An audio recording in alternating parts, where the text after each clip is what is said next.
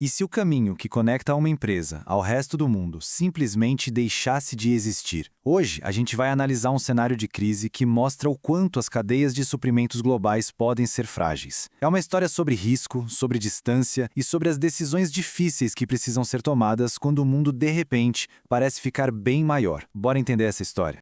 Pois é, tudo começa com essa contagem regressiva. 12 dias. É exatamente esse o tempo que falta para que o coração de uma operação industrial gigante simplesmente pare de bater. Mas como uma empresa chega nesse ponto, tão perto do colapso? O que pode levar um negócio desse tamanho para o limite em menos de 2 semanas? Então, quem está no centro dessa confusão toda? É a Tec Brasil SA, uma gigante na fabricação de componentes de informática, bem no coração do polo industrial de Manaus. Uma empresa que, olha, como muitas outras, depende de um fluxo que não pode parar de peças que viajam metade do planeta para chegar até lá. E é aqui que mora o perigo, o seu verdadeiro calcanhar de Aquiles. Até que o Brasil depende totalmente de semicondutores, que vêm de Taiwan, e de placas lógicas da Coreia do Sul. E o detalhe mais importante, 90% de tudo isso chega de navio, seguindo uma rota super específica e, como a gente vai ver, perigosamente frágil.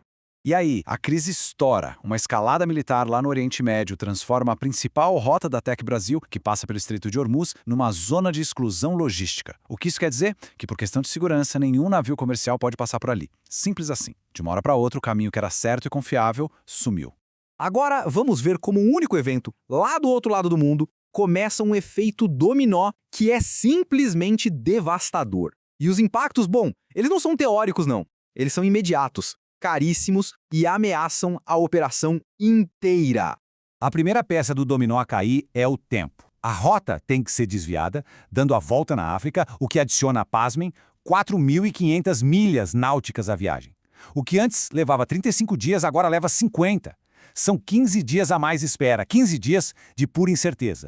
Agora, olha só o impacto no bolso. Com menos navios disponíveis, com sobretaxa de combustível, o custo de um único container salta de $2.500 para 8.000. É mais do que o triplo.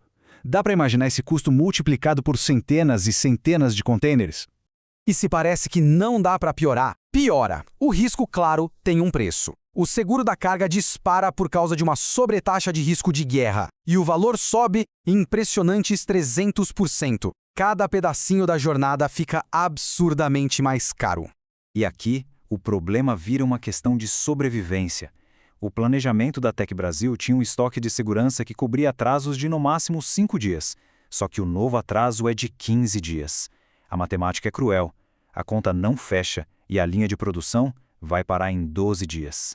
E isso leva a gente direto para o dilema da gerência. A empresa tem contratos super rígidos com grandes varejistas e qualquer atraso gera multas pesadíssimas. A pressão em cima do diretor de operações é esmagadora. É preciso fazer alguma coisa e para ontem. Então, a pergunta que fica no ar é essa. Com a linha de montagem quase parando e o prejuízo só aumentando, qual é o plano? É continuar apagando um incêndio atrás do outro ou é hora de buscar uma solução de verdade, mais profunda? E é aqui que a história vira. Em vez de só gerenciar a crise, a liderança começa a pensar em como construir uma estrutura que seja à prova de fogo. Vamos ver a solução estratégica que surge disso tudo: a busca por resiliência de longo prazo. A palavra-chave que aparece aqui é nearshoring. A ideia, na teoria, é bem simples. Em vez de depender de fornecedores lá do outro lado do mundo, a empresa passa a procurar parceiros em países geograficamente mais próximos. Isso reduz a distância e, claro, o risco. E a diretoria da Tec Brasil começa a se perguntar exatamente isso. Será que dá para buscar fornecedores no México ou, quem sabe, nos Estados Unidos? A ideia parece ótima, claro, mas não é um passe de mágica. A qualidade seria a mesma e o custo seria competitivo? É uma mudança enorme que exige muita análise. O plano de ação, então, se desenrola em 3 passos bem claros. Primeiro, identificar e qualificar novos fornecedores aqui nas Américas. Segundo, começar uma transição controlada, tirando parte da produção das zonas de conflito. E terceiro, talvez o mais importante de todos, diversificar. Nunca mais depender de uma única região ou de uma única rota. E os benefícios são enormes. Olha só, tempos de trânsito muito, mas muito menores, o que significa menos dinheiro parado em estoque. Uma exposição bem menor a conflitos geopolíticos distantes. E, o principal, Uma cadeia de suprimentos mais forte, mais resiliente e muito mais ágil para responder rápido a qualquer mudança no mercado. Então, no fim das contas, a grande lição do dilema da Tec Brasil é uma mudança de mentalidade. É preciso sair daquela lógica de só reagir quando a crise acontece e passar a ter uma cultura de proatividade, de construir sistemas que já esperam o inesperado. Portanto, o ponto central é esse. O objetivo final não é só sobreviver à próxima crise, mas sim construir uma cadeia de suprimentos tão forte e flexível que ela consiga antecipar e absorver os problemas, em vez de quebrar com eles.